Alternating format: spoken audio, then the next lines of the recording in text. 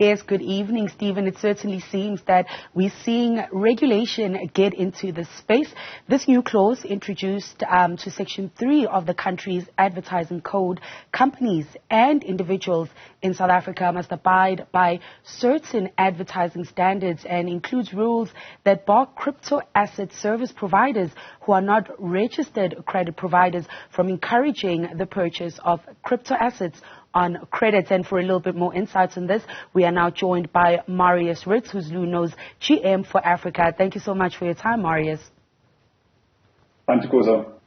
I think let's start here, Marius. South Africans have fallen for some of the biggest crypto scams in the world in the past, with the most recent being that $1.7 billion Bitcoin fraud perpetrated by Cornelius Steinberg, as well as the $3.6 billion heist by the brothers Amir Kajia.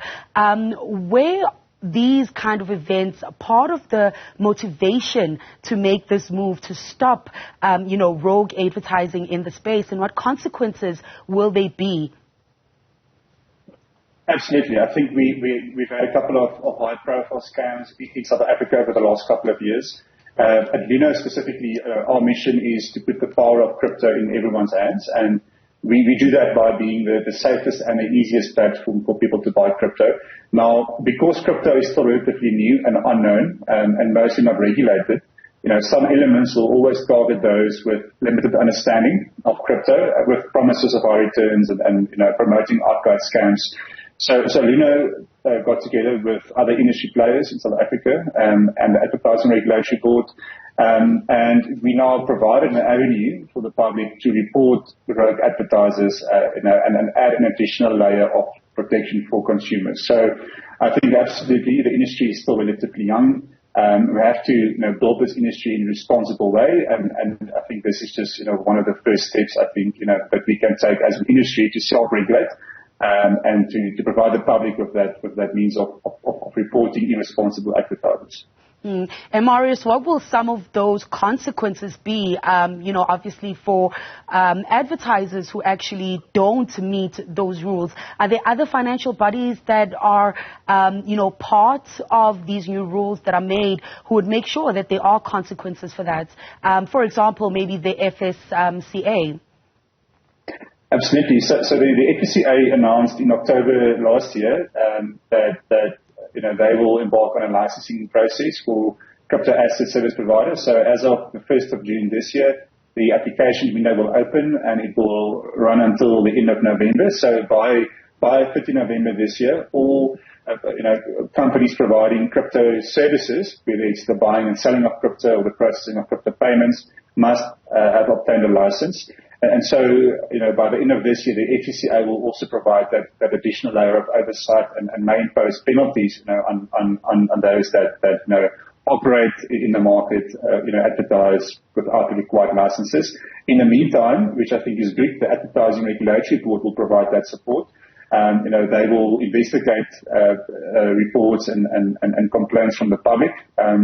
And I'm not sure, in terms of the consequences, but at least, that there will be clear communications to broadcasters. And I think that is where the issue started initially. The industry started identifying rogue advertisers paying to place, the crypto advertisements on regional radio stations, for example. So at least that avenue on broadcast channels will be shut now, for those without the necessary risk warnings for those that fail to make the advertisements understandable for their target audience, and as you said at the beginning, also those advertising the purchase of crypto on credit as well. Marius, now we're obviously talking about protecting the South African consumer, and I have to ask, Luno was bought by Genesis Group back in 2020, but last week it filed for bankruptcy. Are there any effects on this on the Luno crypto?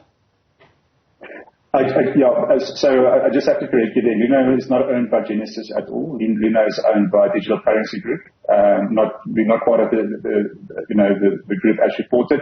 Luno operates as an independent subsidiary of Digital Currency Group, so there is no impact on Luno at all as a result of the bankruptcy filing. Customers' cryptocurrency is safe. As as communicated to our customers, and really it's business as usual. So Lunar will continue, to operate in South Africa as usual, and we will obviously also comply with any of the new rules, as set out by the Advertising Regulatory Board. Thank you for that clarity, Marius. And as a final question, what tips would you give consumers to assist become a little bit more savvy when it comes to investing in crypto? I think firstly, the investors, the public must be on the lookout for any ads that promise, unrealistic returns. The reality is that, cryptocurrency, the price of cryptocurrency is determined through supply and demand. So very similar, to how the price of stocks, for example, would fluctuate. So in the short run, it's impossible for any person to forecast or predict that the price of cryptocurrency will go up. And it's most likely, that it will also come down. So my advice would be that if you are curious about cryptocurrency, you would like to learn more, start small. Your investment journey starts with education, not with investing large amounts of money. So really try and educate yourself first. On most cryptocurrency platforms in South Africa, as well as on Luno, you can buy your fraction of crypto with as little as 10 Rand. You don't have to take on credit to purchase crypto. So please take the time to learn, and if anyone approaches you on social media, just turn your back, because it's most likely that person is trying to part you and your hard-earned money.